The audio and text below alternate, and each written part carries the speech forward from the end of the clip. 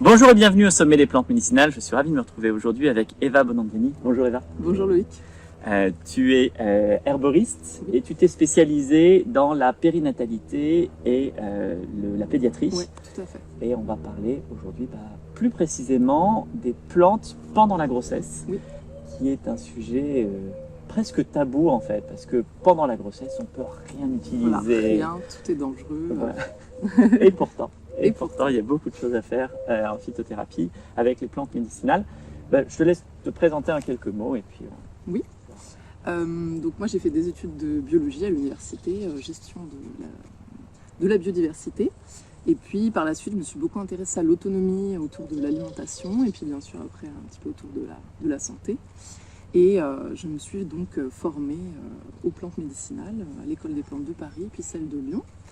Et pendant ma grossesse, je me suis beaucoup interrogée, la première grossesse, sur justement ce que j'avais le droit d'utiliser, ce qui pouvait m'accompagner pendant tout au long de la grossesse, puis ensuite pendant l'accouchement, et puis après chez mon petit bébé, et puis ensuite en grandissant, voilà, tout ce que je pouvais faire pour elle. Donc Ton voilà. travail a suivi en fait Voilà, tes expériences. Exactement.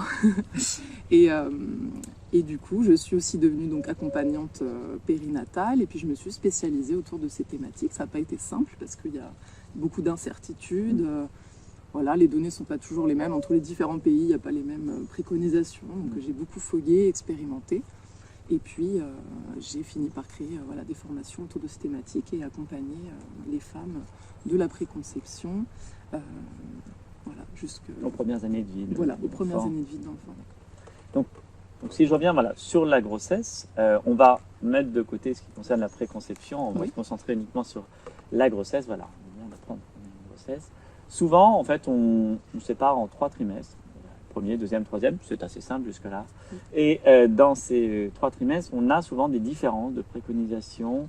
On met souvent le deuxième et le troisième un petit peu ensemble, le premier à part. Alors, je ne sais pas si tu veux qu'on les sépare ou pas. Quand on parle de plantes, est-ce que toi, tu les sépares comme ça ou est-ce que tu les abordes différemment? Alors, ça dépend des plantes, ça dépend des formes galéniques. On va en parler un peu après. Mais, donc, les formes galéniques, c'est en fait la forme d'utilisation de la plante, des plantes, tout à ou fait. le type de préparation, le type d'extrait qu'on a. Voilà, c'est plutôt comme ça que je sépare les choses. Le premier trimestre, effectivement, est vraiment à part puisque c'est le moment de l'organogénèse, donc c'est vraiment un trimestre très particulier où il faut vraiment bien faire attention, où il peut y avoir des risques donc tératogènes, de malformation du fœtus.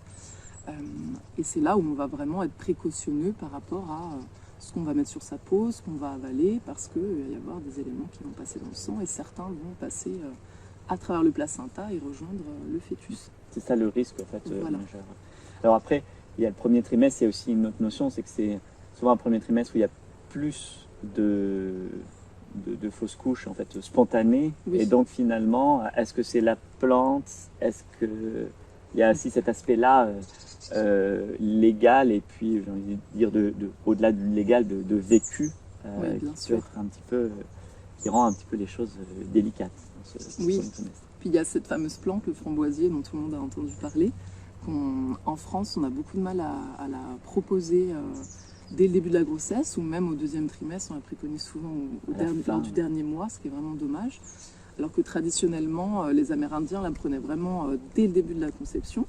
Et au Québec, c'est encore le cas actuellement parce que durant le premier trimestre, en fait, le framboisier permet de prévenir les fausses couches.